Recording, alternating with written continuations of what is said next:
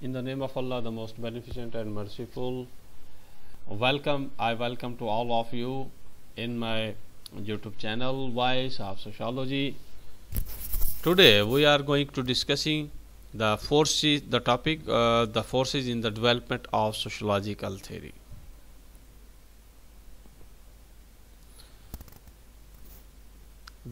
First of all, the political revolution. What was the political revolution who played a vital role in the development of sociological theory? This thing I am going to tell you. The long series of political revolutions that were ushered in by the French Revolution in 1789. There was a French Revolution who was the you can say that starting point of the sociology. When there was a French Revolution in the French society, it has many positive and negative. It has many positive and negative changes. It brings changes in the society. At that time, the writers were particularly disturbed by the resulting chaos and disorder, especially in French, and desired to restore order to the society, because there was a chaos, there was a anomic condition, there was lawlessness. People don't know that what is good and what is bad, what is right and what is wrong. In this condition, sociologists decided to start to work on the subject who will rehabilitate the people and who and to restore the social order of the society.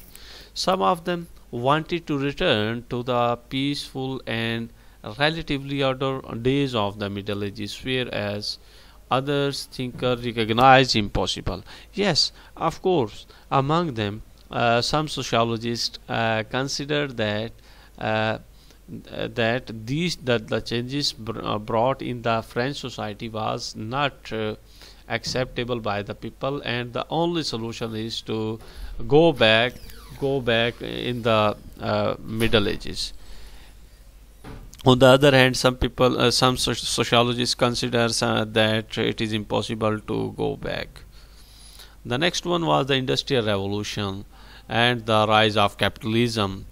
Yes, when the monarchy was replaced by the bureaucratic structure and democracy, and the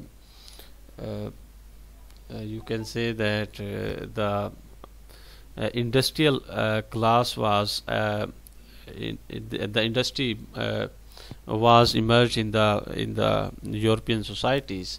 The Industrial Revolution transformed the Western world from the largely agriculture to an overwhelming industrial society, because there was a industrial society, and when the industrial society, and there was agriculture society, when it was replaced by the industrial society, definitely people's life was disturbed. Large number of people left farms and agriculture work for industrial occupation offered in the bourgeoisie factories. Yes, when there was a time when there was a agriculture system, people were attached with the agriculture system. When there was a industrial when there was industrial system replaced the agriculture system, and people were moved from rural areas to urban areas. This was also called the urbanization.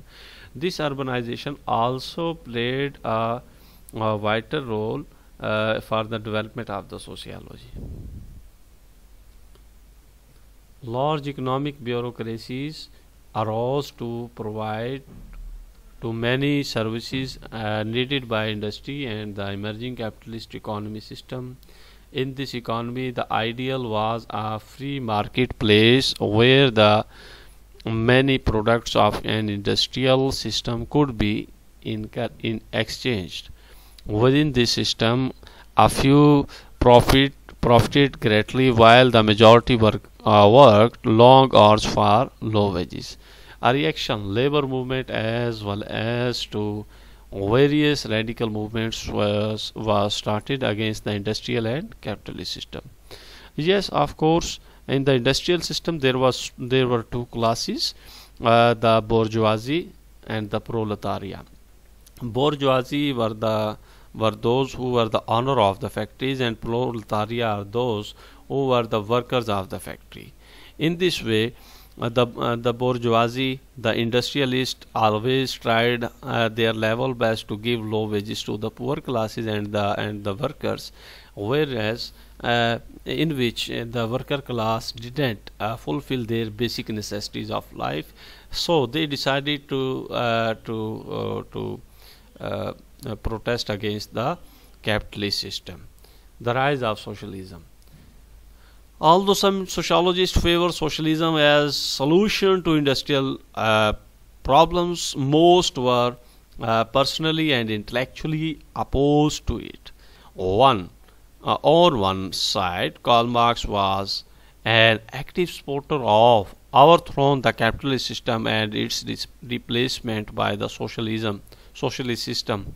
Although Marx didn't develop a theory of socialism per se, he spent a greater deal of time criticizing various aspects of capitalist system society. In addition, he engaged in a variety of political activities that he hoped would help bring about the rise of socialist system. Yes, Karl Marx motivated the labor class that if you will unite, and then you can replace the system, and you can distribute the resources, you can equally distribute the resources. There is no need of the two classes, the bourgeoisie and the proletariat. There must be only one class that would he deemed to be a classless society. Feminism. Women were also started the feminist movement for equal rights. It could be tracked back 1630s. First flurry of the productivity in the 1780s and 1790s with the debatable surroundings the American and the French Revolution.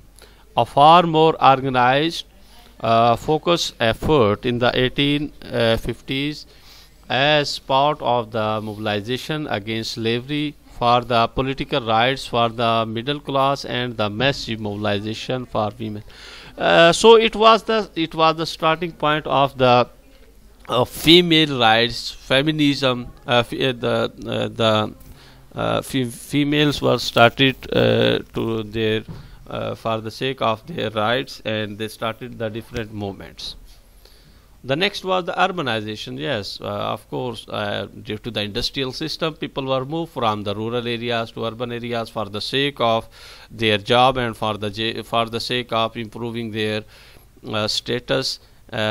So urbanization ultimately, due to the urbanization, the cities were faced the many problems like the noise pollution, like the pollution, like the overcrowding, traffic, so on.